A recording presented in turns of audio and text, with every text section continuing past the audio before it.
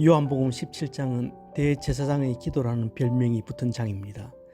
신약 주석학자인 벵겔은 모든 성경 가운데 가장 쉬운 말로 된 기도이지만 가장 심오한 의미를 가진 기도다라고 주석합니다. 그런데 이 기도 가운데 저의 가슴을 두드리는 것이 우리와 같이 저들도 하나 되게 하옵소서라는 간구입니다. 이 간구는 17장의 기도에서 무려 4번이나 반복되고 있습니다. 반복은 강조를 의미하죠. 하지만 하나됨은 주님만 강조하신 것이 아닙니다. 우리가 출근하는 회사도 하나됨을 강조합니다. 하나됨은 공산당도 강조하고 히틀러도 강조했습니다. 심지어는 조직폭력배도 끈끈한 의리를 통한 하나됨을 강조합니다. 사이비단체는 어떤가요? 그 안에서는 절대 복종을 통한 하나됨이 생명입니다. 이처럼 하나됨은 오늘 우리 사회 안에 있는 대부분의 조직들이 내세우는 절대 가치 중 하나입니다. 그런데 예수님이 기도하신 하나됨은 세상 조직들이 말하는 하나됨과는 결이 다릅니다. 그렇다면 예수께서 그토록 원하셨고 추구하신 하나됨은 어떤 하나됨일까요? 부정론법을 사용하여 말씀드리려고 합니다.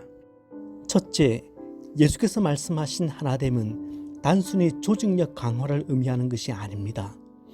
예수 믿는 우리끼리 옹기종기 모여서 재미나게 살자는 결속력 강화의 뜻도 아닙니다.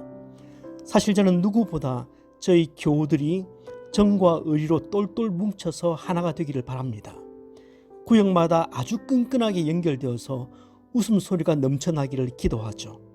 온 교회가 그렇게 하나 되었으면 좋겠습니다. 그러나 소명교회 교인들이 하나가 되자는 말은 단순히 우리 교인들끼리만, 우리 구역 식구들끼리만 똘똘 뭉쳐 교제하며 연합하자는 말은 아닙니다. 둘째, 예수께서 말씀하신 하나됨은 배타성을 의미하지 않습니다. 교회 안에서 우리끼리의 하나됨은 울타리를 쳐서 차별을 조장하게 되고, 그러므로 인해 울타리 밖에 있는 성도들을 소외시키는 날카로운 도구가 될 수 있음을 인정해야 합니다. 왜냐하면 배타적인 하나됨 안에는 무서운 집단 이기주의가 숨어있고, 그것이 자라 패거리 의식으로 드러나게 되고 급기야는 집단적 광기를 낳기도 합니다. 그렇게 성도들의 마음을 나누고 위화감을 조성시키고 편을 나눠서 파당을 만들고, 그래서 주님의 몸을 만신창이가 되게 했던 경우가 얼마나 허다합니까? 하나됨을 강조한 만큼 분파가 생겼고 하나됨을 강조한 만큼 파벌이 생겼습니다. 그게 그로운 교회의 역사 아닙니까? 적어도 우리가 추구하는 신앙 공동체의 하나됨은 그런 배타적인 하나됨은 아니라는 말입니다. 셋째, 예수께서 말씀하신 하나됨은 서로 똑같아지는 것을 의미하지도 않습니다. 저는 하나됨을 가장 잘 설명하는 것이 찍어낸 듯이 닮은 붕어빵이 아니라 직소 퍼즐이라고 생각합니다. 하나됨은 어떤 근사한 모양을 만들어내기 위해서 남과 다른 부분을 깎아내어 똑같은 모양이 되는 것이 아닙니다.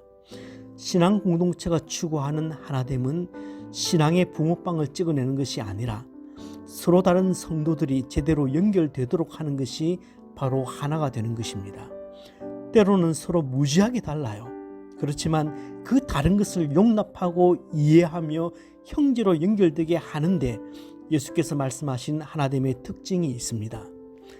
넷째, 예수께서 기도하신 하나됨은 목표를 이루기 위한 수단으로서의 하나됨입니다. 하나가 된다는 그 자체가 중요한 것이 아니라 하나가 되어서 궁극적으로 무엇을 할 것인지 그것이 훨씬 더 중요한 문제라는 겁니다. 그러니까 우리에게 하나됨은 목적이 아니라 어떤 일을 이루기 위한 수단인 거죠. 저는 주님의 궁극적인 관심은 거기에 있다고 믿습니다. 예수님뿐만 아니라 하나됨을 강조했던 바울도 하나 되어야 한다고 강조할 때 그 강조 속에 들어있었던 것은 하나됨의 목표였습니다. 하나됨은 절대 그 자체가 목적이 될 수 없습니다. 그러면 무슨 짓이든 다 할 수 있어요. 하나됨은 목표를 이루기 위한 수단입니다. 우리가 하나가 된 것 같이라는 주님의 기도는 더럽고 추한 죄인들을 구원하기 위한 그 계획에 우리가 하나인 것 같이라는 말입니다. 따라서 우리와 같이 저들도 하나 되게 하소서 하신 이 기도는 그와 같은 목적을 이루기 위해 하나가 되게 해달라는 의미입니다. 같이 한다는 것, 우리 함께 하는 것 더없이 중요하겠지만 그보다는 하나가 되어서 무엇을 할 것인가가 훨씬 더 중요하다는 말씀입니다. 그렇다면 우리가 추구하는 하나됨의 목표는 무엇입니까? 하나님 나라입니다. 하나님 나라를 앞당기기 위해 길을 쓰고 하나 되어야 합니다. 그 하나님 나라를 세우는데 천병은 교회이기에 교회를 건강하게 세우기 위해 하나가 되어야 하는 겁니다. 코로나 이후 복음 전파는 정말 어려워질 것인데 그 복음 전파를 위해서 하나 되려고 하는 겁니다. 옆에 있는 나와 다른 성도를 끌어안기 위해서, 이해하기 위해서 하나 되려고 합니다. 이 세속적인 세상에서 신앙인으로 홀로 버티는 것이 너무너무 힘이 드니까 우리 함께 하나 되어 이 세속과 싸워 이기려고 합니다. 그렇게 말할 때 비로소 주님이 하셨던 우리가 하나 된 것 같이 저들로 하나 되게 하소서라는 기도가 내 삶에서 이루어지는 것입니다. 하나됨 자체는 궁극적인 목표가 되었어도 또 미덕이 되어서도 안 됩니다. 하나됨은 수단이어야 합니다. 궁극적 목표가 된 하나됨 속에 숨어있는 수없이 많은 역기능들과 그 안에서 꿈틀대는 무시무시한 이기주의를 일반 역사 속에서뿐만 아니라 교회 역사 속에서도 수없이 보았기 때문입니다. 하나 되기를 원한다면 우리는 끊임없이 무엇을 위해 하나 되려고 하는지 진지하게 묻고 답해야 합니다.